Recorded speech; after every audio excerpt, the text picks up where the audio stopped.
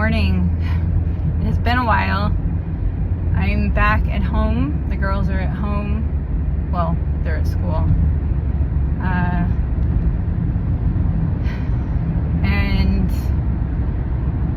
We had an amazing trip to Italy, and now I'm returning to work. And the phrase that came to me this morning as I hopped in the car was, "This is the first day of the rest of your life." And I was wandering around the house after I got the girls kind of out the door and was finishing things up and feeling like, I just kept was talking to myself. And one of the lines that came out is, "And your husband's dead," and blah blah blah. And just feeling this weird, bizarre, strange feeling, which is that I kind of have no idea who I am. I don't know who I am. That's how I feel this morning.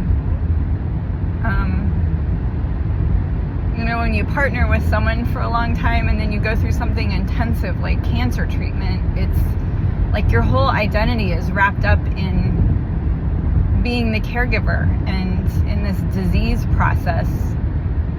And now we don't have the emergency that's staring us in the face of cancer and end-stage cancer treatment and all of the uncertainty that goes with every single day of navigating that.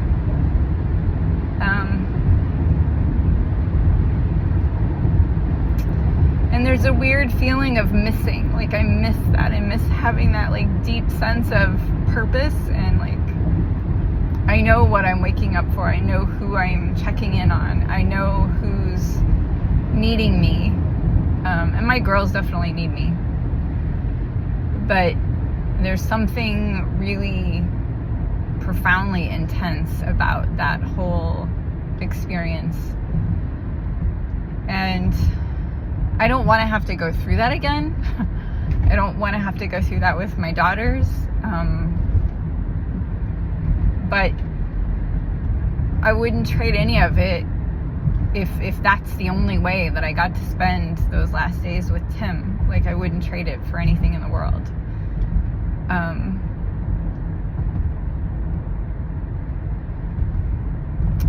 And I miss him a whole lot. Returning from being gone for a month. It was such an amazing trip. It was so amazing to see all of these people that knew Tim through his cooking experiences over there. And I felt like we were taking a walking celebration of life to them. And we got to just mourn and celebrate him together and celebrate the life that he lived and celebrate the girls and I and the life that we have yet to live. And that we get to always carry the memories of him with us.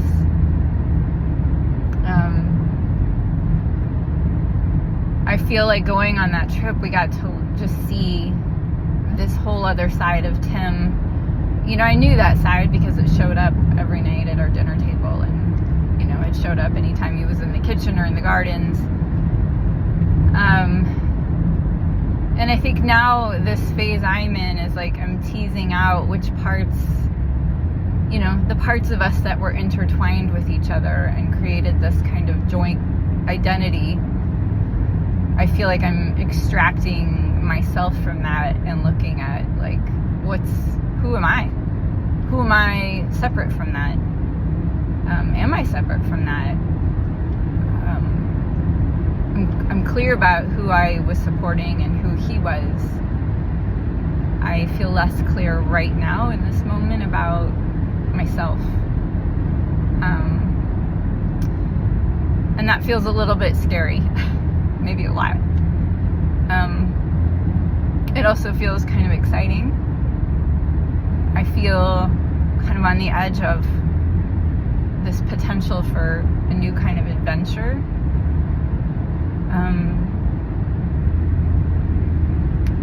feel a little bit like returning to work. I feel like I'm returning to like someone else's life because a part of me has moved forward, and that all represents like this part of my past that included why we moved to the farm and how I supported us on the farm. It included like all the ways that I needed to care for Tim, to like, you know, all the stuff that allows for cancer treatment to happen, which is, you know, a steady job and insurance and all of those things. So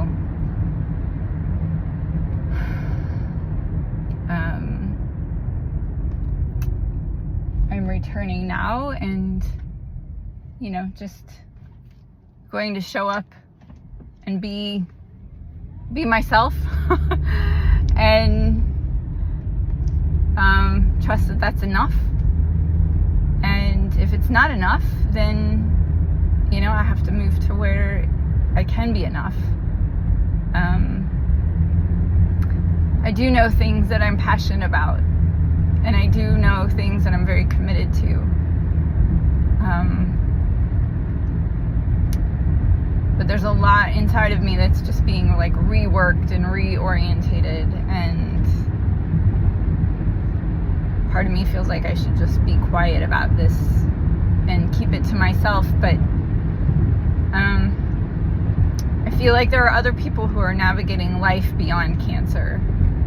Whether you had cancer and now you've moved beyond it, but you still carry that with you, but you're trying to like create an identity that's outside of cancer, or you're the caregiver to someone who had cancer and either was cured of it or still has it, or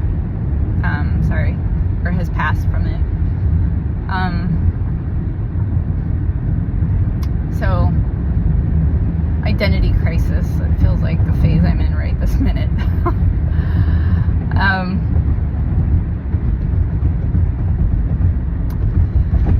So I also feel like in the midst of identity crisis, I feel extremely grateful that my work was consenting to let me go take that trip for a month, and that the girls were on board and they traveled really well and we had an amazing time.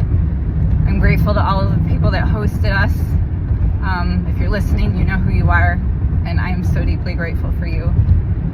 I'm just grateful for Italy, period, and all of the ways that it welcomed us and just allowed us to heal and kind of try on a new version of life that doesn't have cancer kind of at the front and center of it. All right.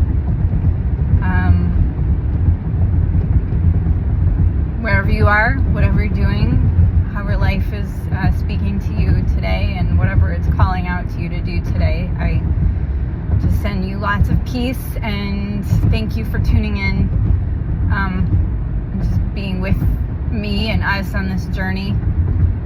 I had this whole post of like all the photos of our trip, and I just can't even like bring myself to post it because I don't know, it just feels like too much. It feels like not necessary and too much, and I'm not sure how that would be interesting for anyone other than us.